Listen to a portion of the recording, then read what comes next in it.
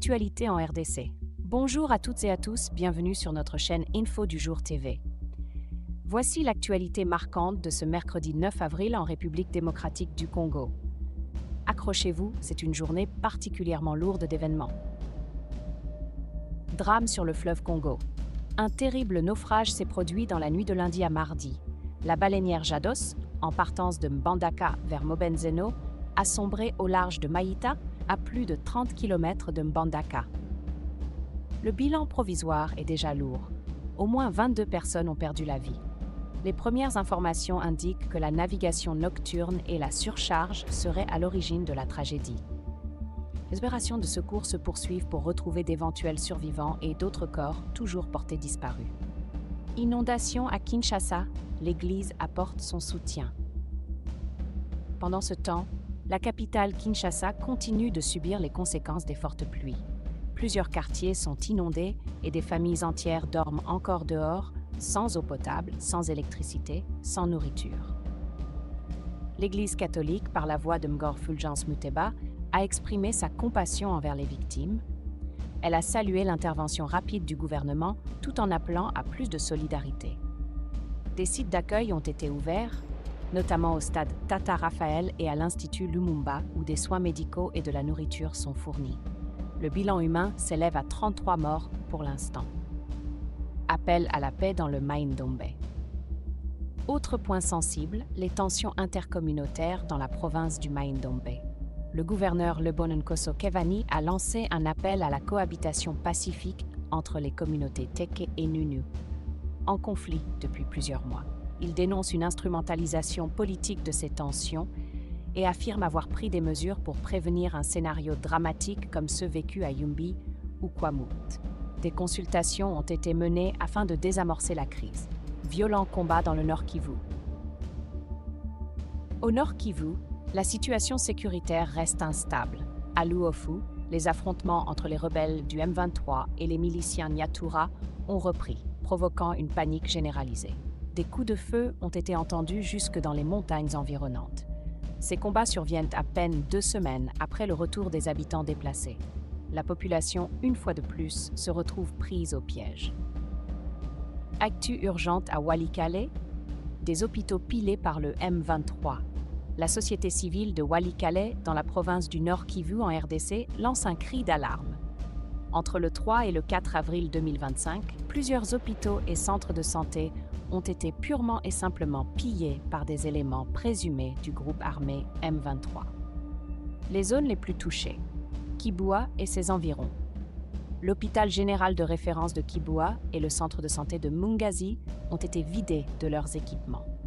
On parle de panneaux solaires arrachés, médicaments emportés et documents administratifs détruits. Même le centre de santé de Kishanga, à une dizaine de kilomètres, n'a pas été épargné. Un désastre sanitaire. Déjà en mars, 9 structures médicales sur 18 dans la zone de santé de Walikale avaient été saccagées pendant l'avancée du M23. Aujourd'hui, ces actes privent des milliers de personnes, femmes, enfants, personnes âgées, d'un accès aux soins de base. Témoignage sur place. Un soignant de Kibua confie « Sans l'aide du gouvernement et de ses partenaires, notre structure aura du mal à se relever ». Pour rappel, plus de 700 déplacés s'étaient réfugiés dans l'hôpital général de Walikale fin mars, selon Médecins sans frontières. La société civile monte au créneau. Elle demande des poursuites judiciaires contre les auteurs de ces exactions, qu'elle qualifie de violations graves du droit humanitaire.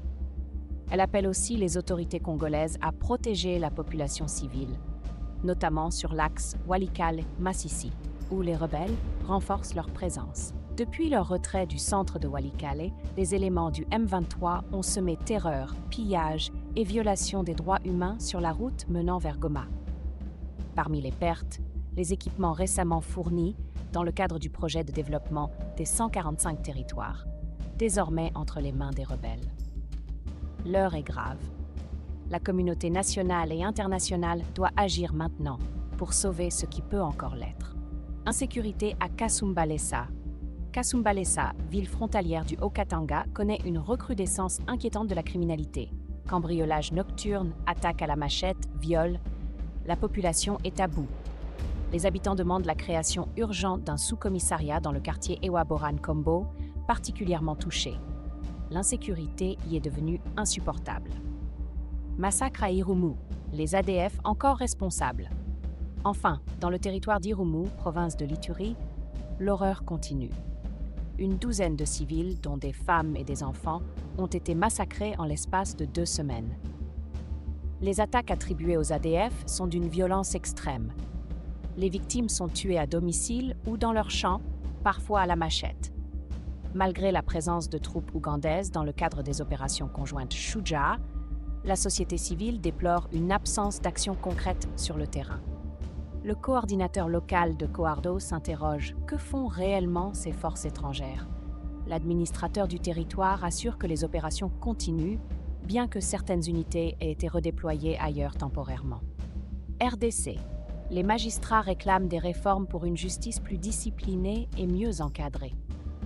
L'intersyndicale des magistrats a appelé ce lundi 7 avril à une prise en charge sérieuse des problèmes d'indiscipline au sein du corps judiciaire, tout en insistant sur la nécessité d'un encadrement rigoureux des jeunes magistrats récemment nommés.